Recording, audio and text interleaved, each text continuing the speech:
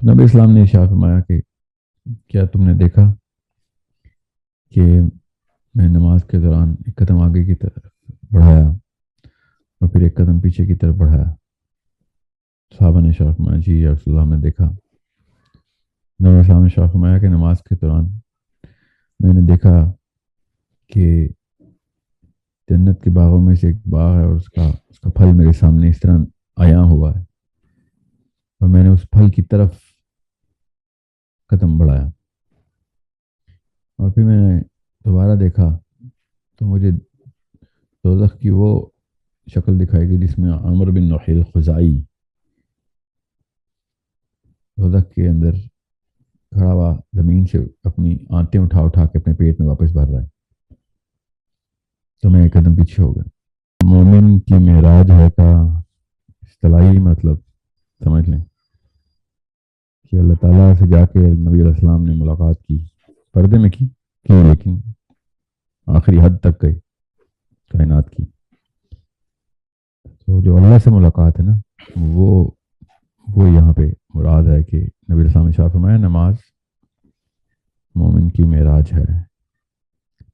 جب وہ نماز میں ہوتا ہے تو یہ ایک اور حدیث کے تھرو واضح کر دوں کہ نبی اسلام نے ارشاد فرمایا کہ جب نماز پڑھو تو یہ سوچ لو کہ تم اللہ کو دیکھ رہے ہو، اللہ آپ کے سامنے۔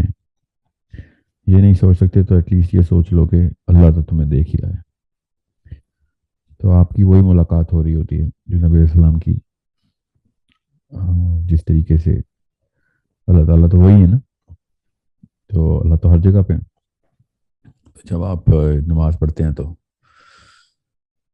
آپ اللہ تعالیٰ کے سامنے روبرو ہو جاتے ہیں، اور آپ دنیا سے چاہے نماز پہ کھڑے ہوتے ہیں تو دنیا سے بالکل دروازہ کھول کے باہر آ جاتے ہیں۔ So this is the least you can do.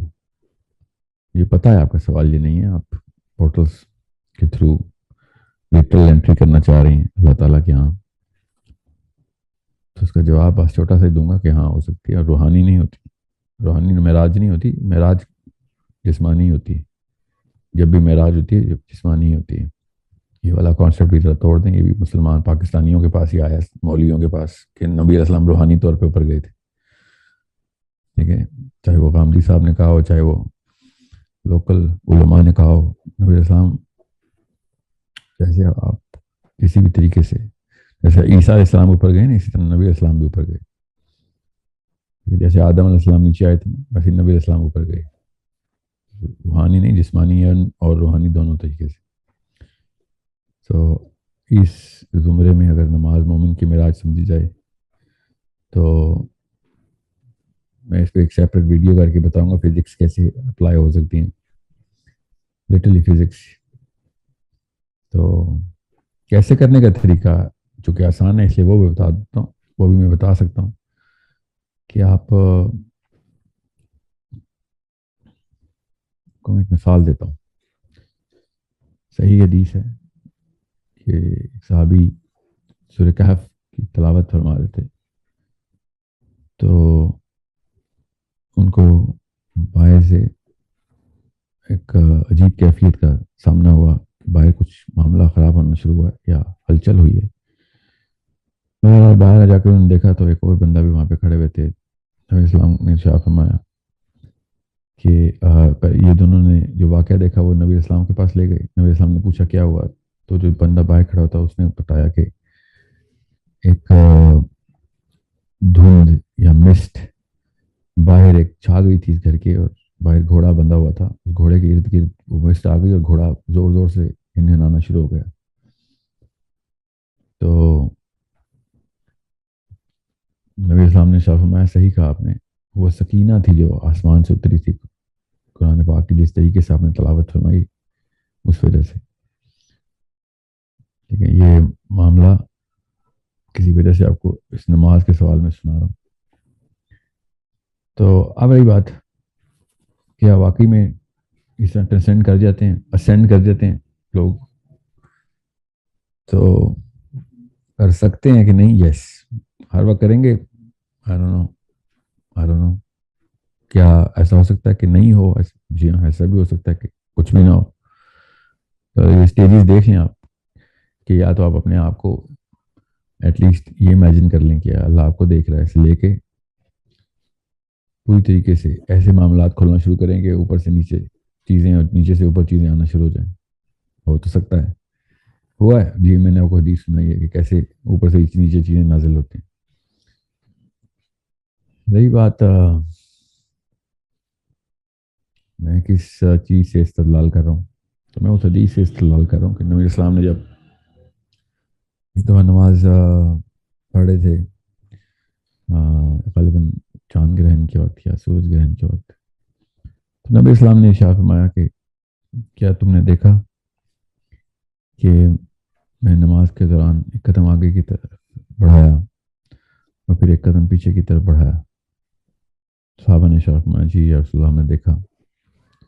نبی اسلام نے ارشاد فرمایا کہ نماز کے دوران میں نے دیکھا کہ جنت کے باغوں میں سے ایک باغ ہے اور اس کا پھل میرے سامنے اس طرح عیاں ہوا ہے، اور میں نے اس پھل کی طرف قدم بڑھایا اور پھر میں نے دوبارہ دیکھا تو مجھے دوزخ کی وہ شکل دکھائی گئی جس میں عامر بن نحیل خزائی دوزخ کے اندر کھڑا ہوا زمین سے اپنی آنتیں اٹھا اٹھا کے اپنے پیٹ میں واپس بھر رہا ہے. تو میں ایک قدم پیچھے ہو گیا. یہ حدیث یہاں پہ کیوں سنا رہا ہوں؟ تاکہ آپ کو پتہ چلے کہ نماز کے دوران